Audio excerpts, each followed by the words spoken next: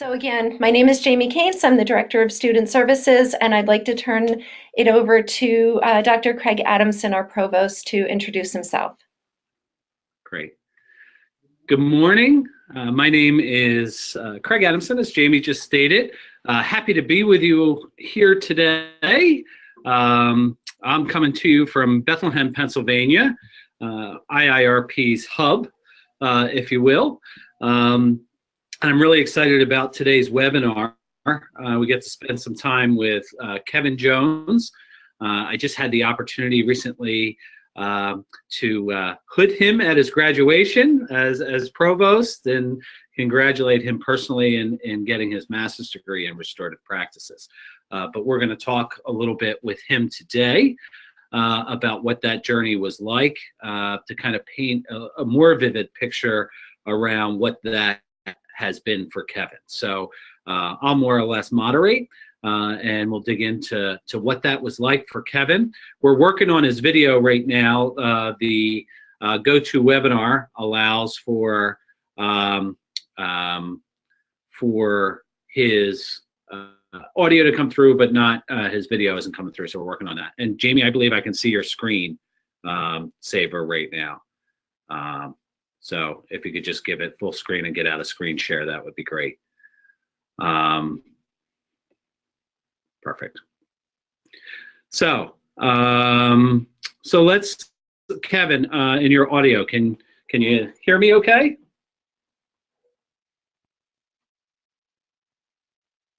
I can't hear him.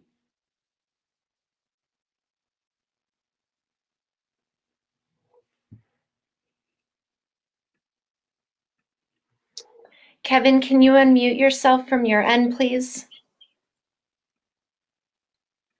Yes, I'm unmuted. There you go. Great. Kevin, do you want to introduce yourself? I know you're working with Steve in order to try to get the video going, but we'll start with getting to know you and your journey and what that's like, and share that with folks. And then at the end, I mean, folks can use the questions, the chat portion of things, to be able to ask some questions as we go along. Jamie's going to help me with the questions as they pop up to make sure that Kevin or I or Jamie can answer them for you. And as things go along, and then I'm going to offer some time at the end of this too for folks to be able to ask some questions for Kevin, myself, or Jamie. So, but first, Kevin, why don't you introduce yourself and tell us a little bit about your history, your background, and a little bit about what brought you here to get connected with us here at the IIRP. Okay. Well, first of all, I'm glad to be here, and thanks, Jamie and Craig, for having me here.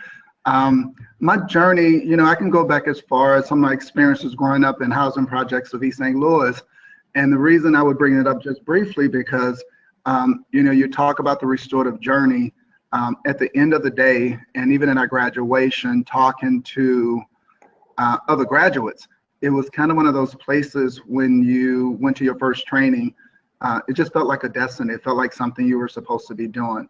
And so it was just that aha moment experiences.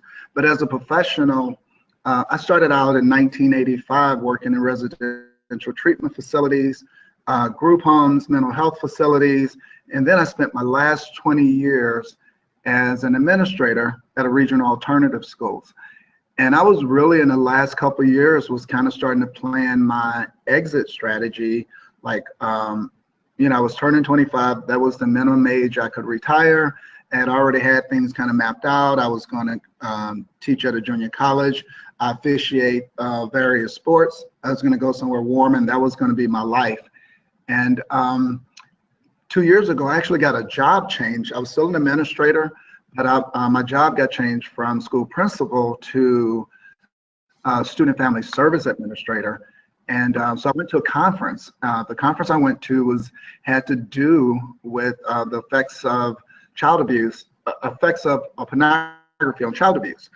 And the instructor actually had us talk at a table, utilizing a talking piece. And she had mentioned something about, she just shared with us in 15 minutes, something she experienced at a 4-day training at IIRP. And after that training, I was really pleased with how that circle process went. Long story short, I did a lot of research. And so I found out about the 4-day training. I attended that, found out about the graduate classes, looked through everyone, and it was just so relevant to kind of my core of how to work with kids and families. It just related so well.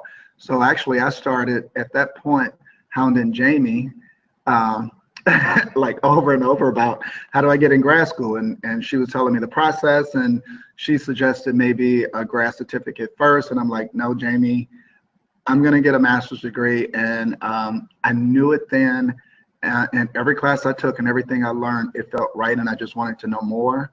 And I realized understanding explicit restorative practices, getting deeper, a much deeper understanding in our classrooms. I just knew this is what I was supposed to be doing. So full circle, I did retire, but I retired to do restorative practice full time. And the impact of that IRP and use of restorative practice, being trained as a licensed trainer in intro to restorative practices and facilitating conferences, has completely changed my professional life. I've gone from a person who, again, was about to retire, and my voice was getting so small at my organization. And that's at a regional alternative schools. That's been transformed to now I report directly to the regional office and represent the regional office at 42 schools in our region. And have also been doing some restorative training and consulting at 4 different regions outside of my region because of the impact that it's having on my region. So, and I've done a lot of work with juvenile court services, Bloomington Police Chief, and the commanders. So it's just, you're talking about a complete change of voice, change of outcome, just awesome stuff. Well, if you don't mind, let's dig into that a little bit, because some of the folks that joined us might want to hear a little bit more about what that experience was like. And, you know, you talked about a transformation, but let's talk about some of the steps leading up to that. Okay. In what you just talked about, you hit several different disciplines. You were talking about residential care, you know, that could be youth justice, children and youth care. You talked about education, support services, juvenile court, judges, things of that sort. So there are multiple different disciplines. And I think, you know, from my experience teaching in the grad school and your experience as being a student within the grad school, I mean, that's typically what we see as a mix within the classes, are folks coming from multiple disciplines that are focused in this, and how we would start to frame as an emerging social science and restorative practices. There are many practical uses of circles, whether you're in a residential facility through juvenile court, or if you're doing some proactive circles in an elementary school, you know, in the US or honestly worldwide. So can you share a little bit about what that experience is, multiple different disciplines? How does it speak to those different disciplines, and what that was like for you and your experience as a student?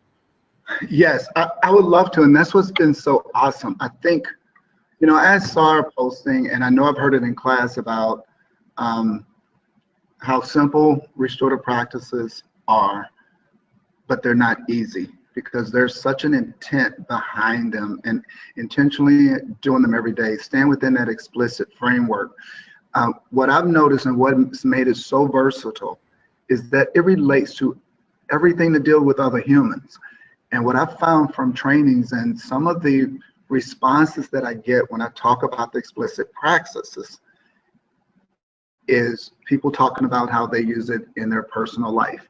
And I can talk about that too. But, you know, you mentioned police department. You know, I walked into, did a training for police commanders, and, you know, and they were like, we're not touchy-feeling people. We don't want to hear that stuff. But when they heard the practice itself, it impacted them. And there are some personal stories, you know, that if I get a chance, I'll share, but just police commanders talking about interaction with publics and how it feels to be thought of as somebody who's going to hurt somebody when they pull them over, as opposed to they're there for the service. And so, yeah, the education part, dealing with classrooms, dealing with adult stuff, I think has been the biggest impact. That is not just a tool that is for fixing kids, but it's actually a way humans are treating each other to work together better, as opposed to, you know, blaming, making excuses and those kind of things. It's really has impacted things that go on in the workforce, that things that go on in any community. And again, I do a lot of work with youth service, volunteer community people who are impacted the same way.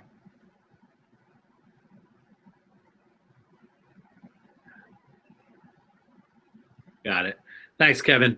I'm working with our tech guy here too, trying to figure out your webcam. He just came in my office as well, so I'm sorry for that pause. So that's great, and I think so. When I start to talk about context too, we're talking about in the U.S. and I'm sure you had this as well. You know, sometimes when you're a part of some of our events or some of our courses, also that international flavor of, you know, what education looks like in the U.S. might look a little bit different in Canada, or might look a little bit different in Costa Rica, might look a little bit different in Hungary or Belgium, and some of the different places that we're doing some work and what that looks like. So I know for me, I come from a juvenile justice background and working with the model programs, as well as alternative ed and then higher ed background.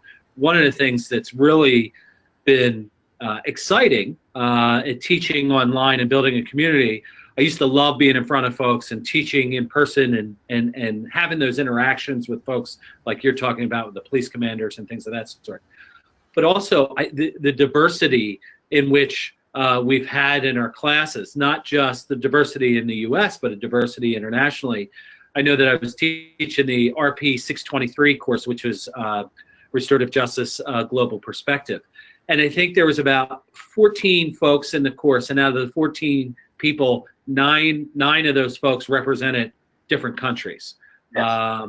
And that just made for such rich discussion that I think gets us out of our own thinking and own challenges and own problems, and really brings about some other challenges that honestly we hadn't even really thought about. I didn't think about in designing the course. And as these things, like I remember we had one woman who was an attorney from Spain who was in there that was really pushing with what does policy look like, from another person who was in Canada who was doing with youth boards and community boards, and what does that look like? And just, you know, the dialogue was just really, really helpful. In what ways do you think in your courses, and that was really challenging and rigorous at the same time, what do you think really challenged you? It sounds like, you know, you were kind of in this lost spot. You dove in with both feet and said, you know, I'm going for this. And you were, you know, reinvigorated in regards to your education and as an adult learner. But as you got in there, what were some of those things that you think, wow, you know, like this is really challenging me, that I didn't expect, I guess? Right. Well, I think that's a great question. And I want to start back actually to a graduate webinar that I watched. And it was a principal from, you know, another school who was, as he was a guest. And I remember one of the things that he said was, this was the toughest but best thing I've ever done. Because everything you learn, you can use in your work. And I definitely want to second that. You know, the challenging part was there was a lot of work to do. Professors, you know, there was the accountability piece, definitely the support piece. And so there was a lot of great discussions and such relevant material. But that guy, what he said, that one panelist said, stuck with me, and I never forgot that. And it's what I tell people when they talk about wanting to get into the grad program. You will use it in your day-to-day work. My action research class was the second course that I took, and I did 2 action research projects. one on dealing with using restorative practices, a restorative practice group to address attendance, and one to address behaviors. Had two different groups. You're talking about a buy-in piece with my school at the time in my region, because attendance went up 27% with that group and behavior went down 69% with that group. That's the paper I turned in. That was, that's the project I worked on. It benefited me at work and it benefited me at school. Everything is so relatable. There is not any class that I didn't walk away from where I didn't have something I can take into my work life or my personal life. So that's helpful. I mean, that's, it's somewhat, it's really supportive to hear you say that, Kevin, because I know for the faculty, one of the things that we really want to make courses very practical, right? Very practitioner driven. Is there theory? Absolutely. Is there research that we're looking at? Articles? Absolutely. That's part of what we're doing. But the practicality of what we're doing, of running circles, how to run proactive circles, how to respond to harm, what does that look like? What does the scripted model look like? There's some courses around trauma and adversity and becoming more trauma informed when dealing with others, youth and others, honestly, sometimes as administrators with other staff members. And you probably had some of those experiences in some of your courses in regards to compassionate witnessing with Dr. Frida Rundell. I mean, she's someone who really does some amazing work with students. What do you think, you talked about, and one of the things that we sent out to folks, it was kind of engaged in this new facet. You said, hey, I'm retiring, right? And I've kind of been rejuvenated and I'm doing this other piece. There's some things that led you up there. You were thinking about, certificate compared to getting a master's degree, but you're doing some training. Actually, you're doing some training for the IIRP as well. What's that been like for you? And what do you think is that base knowledge that, or experiences or challenges you needed to go through in order to feel, competent to be able to train others? I mean, you're talking about training judges and other criminal justice folks. I mean, that's, from thinking about starting your first course to where you are now, that's a leap. So tell us a little bit about what that was for you. And that's the thing, and what's so interesting is I did dive in, and it's weird about this, and I don't know if Jamie even knows this, but I was 2 classes from finishing a master's at the University of Illinois in educational leadership. 2 classes away. I put it on hold because I knew this was right for me, and that's just a flat out honest truth. I knew this was right. This was relevant. This was something that, again, was at my core. When I dived in, I didn't realize how big of a positive impact it was going to have. I knew it was going to have a positive impact. I fought hard with even some internal resistance about whether or not I could switch gears as far as master's degrees. And when people heard me talk about restorative practice, people who had authority over me, they could see the passion. And don't get me wrong, in my state, it helped a lot because they passed a law January 16th that is SB 100. It required restorative practice, restorative justice as part of the discipline process. So, you're talking about perfect time and perfect storm. And the grad certificate, yes, I wanted it, but I knew I wanted that degree. I knew that was something that I wanted to do. And the payoff in diving in, my first paper that I wrote and my first takeaway from my first training, because I'd done a lot of reading and research even before I went to my first training, my takeaway was the more I learn, the more I want to know. And I can tell you 2 years later and a master's later and a licensed trainers in 2 areas, the more I know, the more I want to know. And I keep wanting to get deeper. And the way, when I talk about getting deeper, it's just getting better at integrating everything that's out there. I've been trained, I've been in education and mental health for a long time. And so I've been trained in quite a few letters, nonviolent crisis intervention, crisis prevention, CPI, PBIS, all of it. But all of those initiatives, all of those trainings, relationships are at the center, and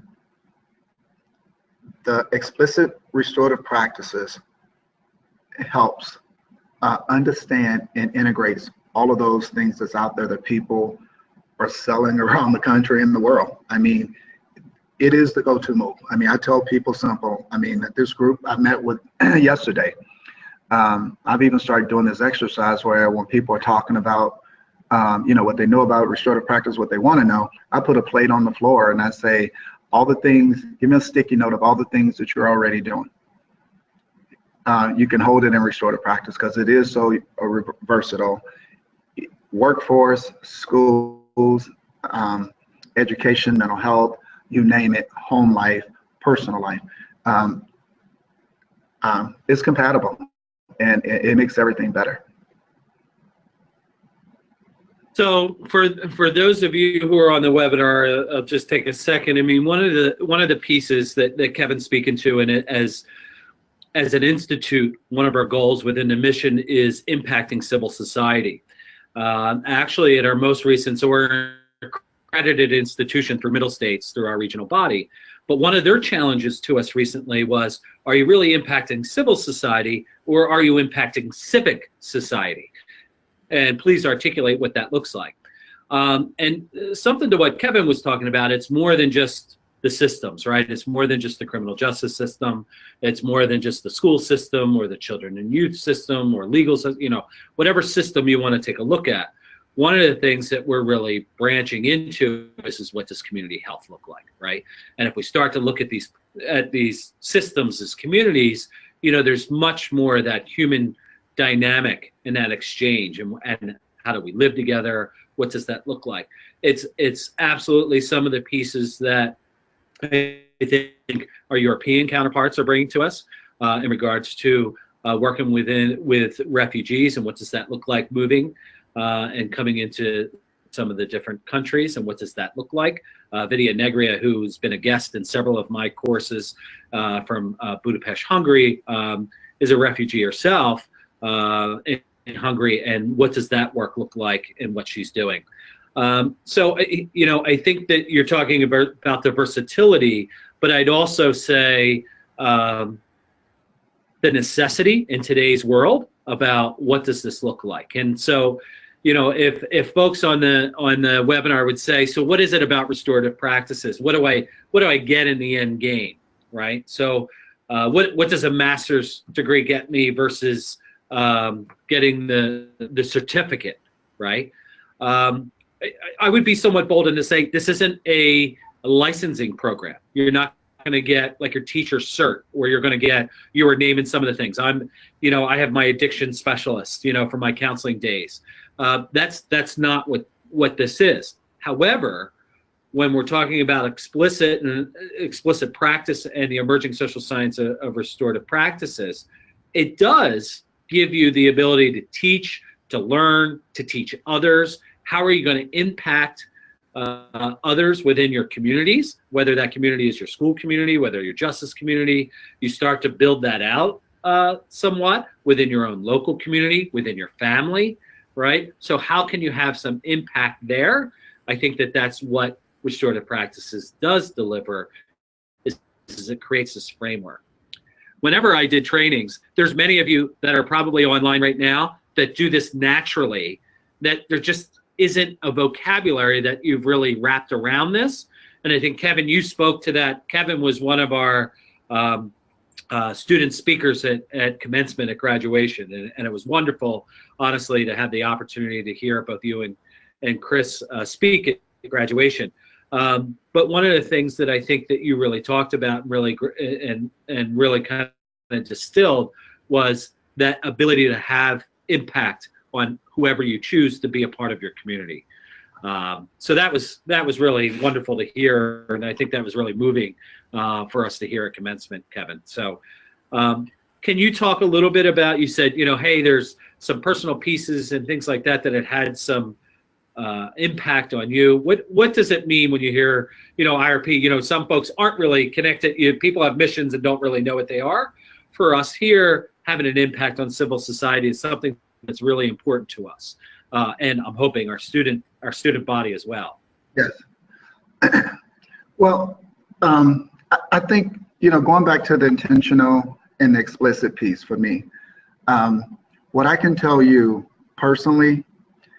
In my personal relationship, I interact better with people in my personal life because I'm intentional about my interaction. I'm intentionally restorative with every human that I come in contact with. I am a better professional because of that intentionality of having restorative conversations, using effective statements as much as I possibly can, understanding where I'm at as far as a social discipline window. So I'm always striving to work with people. Making sure I'm engaging fairly with people and that I demand that people engage with me fairly, and then just being able to integrate it also, it becomes part of your language and all the things that you do.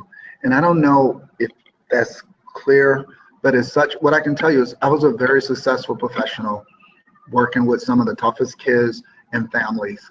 And if my strength was that I had the ability to deal with tough situations, whether it was kids, staff, community, things like that. That's what I did well. What I can tell you, and I think if you ask the people who I engage with professionally, I do it better now because I do it all through a restorative lens. And so it doesn't matter what work you do, doing it intentionally restorative, I guarantee it'll be better. I would put anything on that because I see it, I live it, and having those conversations with my community, police chiefs who's kind of sterling resistance, end up coming to a 2-day training and invited me to talk to his commanders. I mean, how cool is that? A 50 group community group of people getting together to complain about each other. And I had 20 minutes with them in a circle, and we had some honest, tough, restorative conversations with them and address that group. And their takeaway was, wow, I'm really happy to be standing here with 50 other community people who care about kids. How can we work together to make some changes? And that group, we ended up we're in the process of working on a community restorative leadership group that involves everyone, including a couple college professors, Illinois State University, Wesleyan, two of the local colleges. People, I am so much able to articulate that implicit stuff that I probably did and that was inconsistent, that I can do it every day explicitly. And again, it is starting to involve hundreds and hundreds of people in my community. A lot of people come to my local trainings, even do some night conference conversations. And it's not about me, it's really about me understanding how restorative practice can be shared with other people by being intentional and explicit about it. And it's definitely impacted my community in that way. I think for us here at the IIRP, and as we're thinking about things moving forward, one is, like I said, is the practitioner side. But you've heard me use the term in this webinar. You might see it on our website about the emerging social science of restorative practices. One of the pieces of as being in the emerging social science of restorative practices is we need folks to help explore and expand into multiple different areas. One of the things that myself and Dr. John Bailey, the president of IIRP, we choose to teach the final course, the RP 699 course. And that's the capstone course where students create a kind of a 2 to 3 themed paper, culminating paper, as well as a public presentation that they videotape. And to see the diverse projects in that from this past year was outdoor education and bringing restorative practices to that, to creating a very explicit model law that can be used by states throughout the U.S. With some international influence to changing some of the ways in which policy is created in Canadian school systems and discipline. So I mean, I'm always blown away about as this starts to develop and it starts to multiply what that really looks like. I think that you hit on something, Kevin, in what you just said in one of your examples in regards to having some of those really difficult conversations. I think a misnomer about restorative practices is that it's about just getting along, and that's not true. It's not the definition. It's actually being explicit about when folks are in conflict, how do we navigate that in a healthier way, right? From the most extreme situations in criminal justice of victims, offenders getting together in crimes that were created significant harm for the victim and their families, to where we're in school systems of where, you know, very emotional bullying situations or, you know, assaultive behaviors and things like that. And how do we pull folks together to be able to repair that harm in situations that it can be repaired? But even as we start to move into the community conversations, even at this most recent conference that we just had here in Bethlehem, about the conversation around equity and inclusion. How does restorative practices help with that conversation and those difficult conversations that we need to have with one another in our communities? And how does restorative practices offer that opportunity to be able to do or have those conversations or facilitate those conversations? Can you talk a little bit, Kevin, about when you talk about explicit practice, what would be something when you're talking about the circle that you're having or about those next steps? What is it that you're doing that is allowing for that place for folks to have those difficult conversations in your community? Well, I think twofold. I got a couple answers because the training itself gave me a lot of that. But the grad school, honestly, I had a deeper impact because when I went to my first training, I did what a lot of people do. I come back and I'm going to have all these conflict circles and everybody's going to feel good about it. And I did that and they were impactful. But everybody started asking when I'm trying to get teachers to do community building circles, the kids were like, what did we do wrong? Why we got to sit in a circle? So I had to step back and I had to make sure I wasn't doing restorative to people, that I was actually working with them. So, you know, because there was some resistance. So what I started gaining in the class with the discussion and, you know, with the readings and deeper understanding of the materials, what I kept walking away with is I just need to engage with people restoratively all the time. And so that's a commitment I made to myself. So I'm always going to use effective statements with people, regardless if they're the maintenance man or the superintendent. And I'm always going to have restorative conversations. I'm always going to tell people what I think about what happened, tell them what I feel, tell them what impact I feel it had on me and other people, and I'm always going to want to talk about what we need to do moving forward. And I think for me professionally and personally, that's been the biggest impact with me because I would consider myself a person who was respectful of authority, but almost too much. Like, I avoided tough conversations with people who had authority over me. And now I look them in the face and have the honest, more real conversations that they are.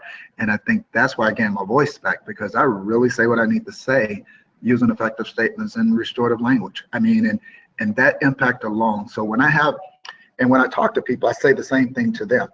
You know, so when I'm talking to the chief of police, this is a conversation I'm having with him, and he gets to be a human and a man and not,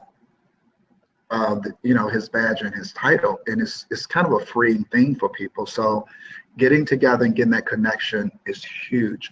When I do any training, whether it's personal or for IIRP, I spend a lot of time in that opening circle building that connection, and it's powerful. I mean, everybody, and I even asked this as a reflection question, who remembers what anybody's title is in here anymore? Nobody. They don't, because it's their name tag or it's the name they told you. It's their story that they're telling. And that's So that's what I've done as far as the circle process that's been powerful. So, and what I learned a long time ago with working with tough kids, you build a relationship with that tough kid. You can have some honest conversation with that kid, no matter how threatening he is to other people. The fact that you built that relationship, you can be honest, and that free expression of thoughts and feelings, free expression of emotion, it's all in there. So long answer because I answer everything long, but that's how passionate I feel about it. So. Got it. Well, we had a question that just popped up here. We can start to move to some question and answer, but this pertains to kind of what you were just talking about in regards to getting involved and getting connected. And so let me look at it here. What was the deciding factor for you that got you originally started in the graduate school? I think they mean in regards to coursework, not necessarily training. I went through the courses and I read through every course, and I looked at the required courses and what I needed versus what I wanted, because there is a variety of courses there. I mean, there's, I think, at least 4 courses that I left on the table because I wanted to, to finish.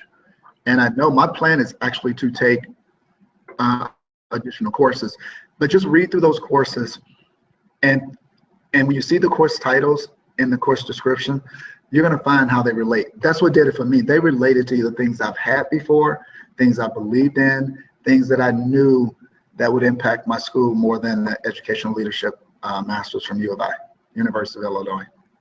So I would say that the courses, reading through the courses, they're very descriptive, and you can get an idea of what you want.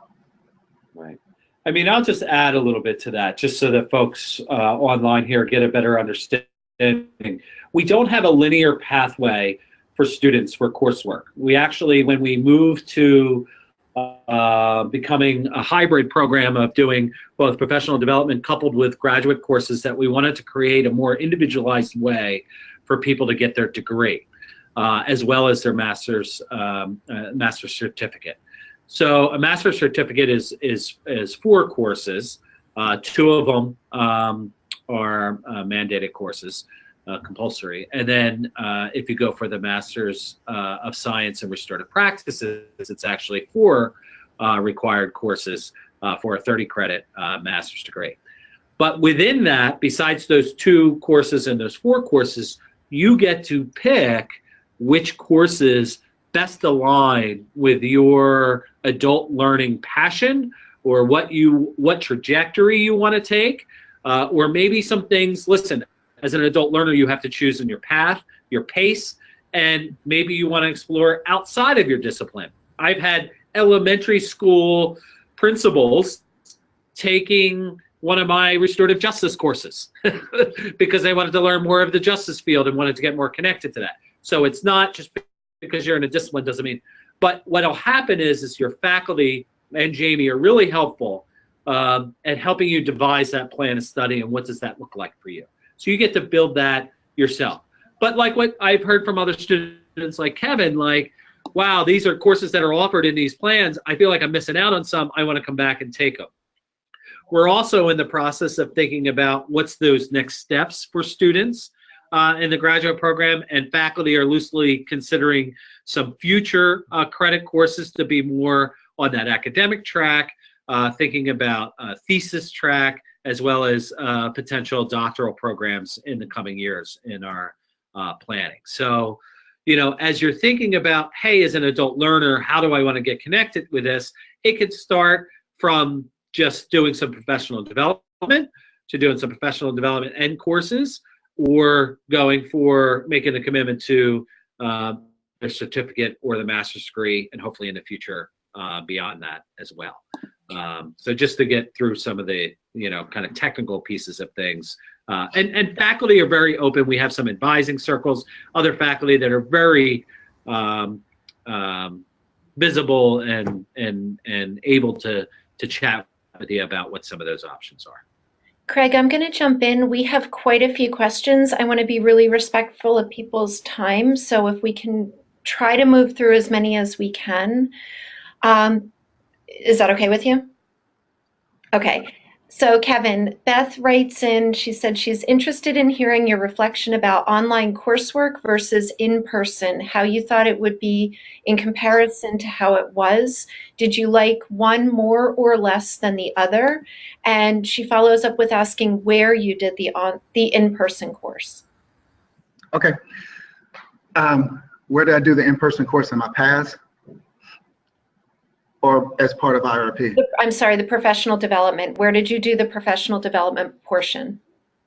What's so cool about it, the exact training I'm in now that I'm actually doing, I did 2 years ago, the 4-day, and that's in Evanston, Illinois. So so that's where I did mine, was in Evanston, Illinois. Online classes, the connection with different people around the world because of our professional learning groups, because of the work we do together on Zoom meetings and classes. I've gotten a lot out of it. The one thing about what I like about the online component is the flexibility. You know, if you got a class scheduled every Wednesday night, sometimes, you know, life comes up and it makes it a little bit harder, especially when you're a working professional. The flexibility of the way things are scheduled, we have deadlines, we have a lot of communication, and so it's just a lot more flexibility, and I've liked doing it from the online capacity a lot more. The one thing about the hybrid courses, you do their follow-up to some conferences. So like for my restorative responses to adversity and trauma, my social emotional learning, my aggression replacement, I came down here last summer for 3 weeks and did all of them, did all my face-to-face time then, and it was pretty impactful. So, but the connections are outstanding. There are people I've met from all over the country, all over the world that I consider friends, instructors and staff that I've only met 1 or 2 times. But the connection we got in those online classes were real. Thank you. I'm going to go out on a limb here and just share my own experience with the online learning too. A piece that I didn't, you may have touched on it, but I didn't catch. Something that's unique in the online coursework that you don't always have the opportunity to have in face-to-face learning is that every student's voice is heard. So when there's discussion in an in-person classroom, you're usually limited to a certain amount of time, and you leave and people, not everybody has the opportunity to speak, but the way the faculty design our online courses, everybody responds to the posts. Everybody's reading one another's posts and can engage in that conversation. So for me, I'm the quiet voice in the classroom. Craig knows that all too well, but everybody's voice is heard, and you really get the chance to get the feedback that you need. So you really have that best opportunity to learn in the online environment. So I know the question wasn't posed to me, but I wanted to add that because I think it's important. And I completely agree, Jamie, you're right. Thanks, Kevin. Linda writes in and she said she has 25 years of corporate management experience and recently went through the 4-day training. She's interested in applying her experience to social services setting as a consultant. Does the graduate degree provide enough credential to break into a different field of work, or would she be limited because she doesn't work in social services, criminal justice, or education in her existing background? And from a professional standpoint, I'm going to say that it wouldn't prevent you. And I'll tell you why. As a person who ran group home residential treatment facilities and stuff like that, we work with a lot of people who worked in the corporate world. And we really did, because they're positive. They have a positive impacts on kids. That people can learn from them. So adding that is one thing.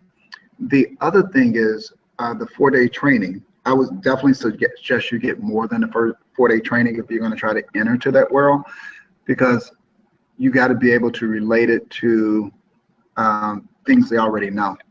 I mean, if you come in just saying, I'm going to do restorative practices, there are still going to be people who don't know what that is. So you need to have an understanding, and the things you'll get from the classroom, you know, like Craig even mentioned, dealing with trauma, dealing with social emotional learning, because these are the things that you're going to be trying to consult on. So you need to make sure you know you got more than just a 4-day training to do that. Now, as far as the 4-day training dealing with the adult population, the staff relationships, I think it would work well with that. And I would just piggyback on that for Kevin. I mean, so I you know, as far as a consulting perspective, one of the things so for IIRP, one of the areas that we're thinking about branching into is corporate America, and what does that look like? And we've done some of it over time, but you know, we're really challenging the idea. So corporate America is coming back with one of their greatest needs is for folks coming in with the idea of having competencies and skills around social and emotional learning, right? So what are those competencies and what are those skills and how do you engage? They'll teach the technical skills, you know, whether it's tech companies or what have you. It's more about how do folks really build those social and emotional skills? How do they collaborate together? How do they come up on, how do they work in projects? What does that look like? How do you do decision making together as groups? They're the skills that I think that restorative practices really have some pieces of offer. So not only do I think that you can expand in your current market, but if you were to come over in social services, and my whole professional career has been in social services, there's a lot of need with someone who understands the social and emotional component of social services, what we do, but has a very solid business background in corporate America to be able to make our businesses solvent. Thank you. The next question comes from Tayo, I believe. I apologize if I mispronounced the name. Along with learning restorative practices, does the master's practice help to gain skills in implementation, skills to apply restorative practices to our constituents in our community, networking, marketing, etc.? Sure. I mean, Kevin, you can help fill in some of the gaps, but it's honestly, in all of the big projects that we've done at the IIRP, I mean, we're just getting through working with Pittsburgh area schools to working in Kentucky and Detroit right now. We're in the 9th precinct trying to implement restorative practices as a community health approach. They're large projects. Probably the most difficult part of it isn't the conceptual framework of restorative practices, but the implementation science behind it. And it's where several initiatives might be great as far as their ideas, but once the rubber hits the road, that's where it struggles. And so do we help you think through that within your context? Absolutely. When you're thinking about your different projects, and if that's the area that you really want to focus on, that can be the thread throughout your program here. From when you're in the 610 research, the evaluation and research course, you would be picking articles that have to do with implementation science and where the strengths have been, and honestly where the failures have been in implementing restorative practices in larger contexts.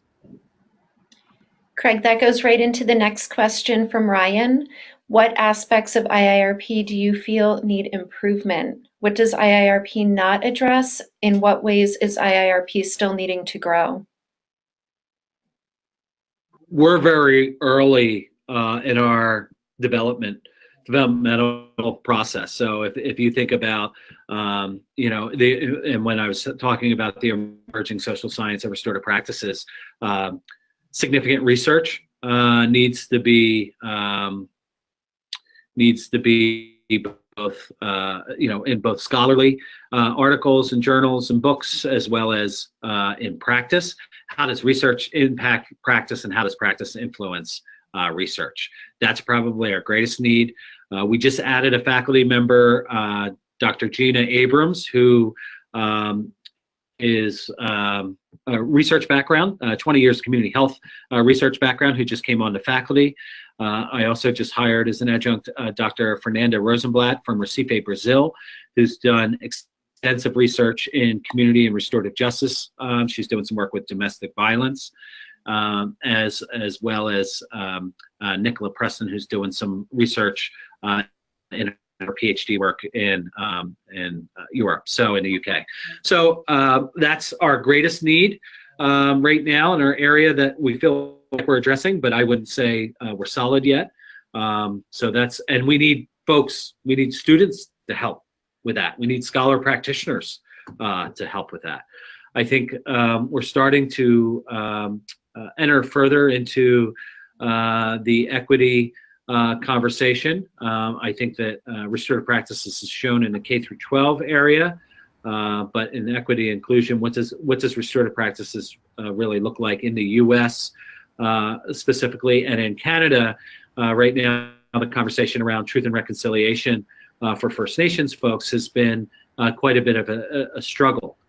And even though the government's come out with some policies, it hasn't really reached fruition in the sense that several folks are feeling just by those processes, similar to what was seen in South Africa.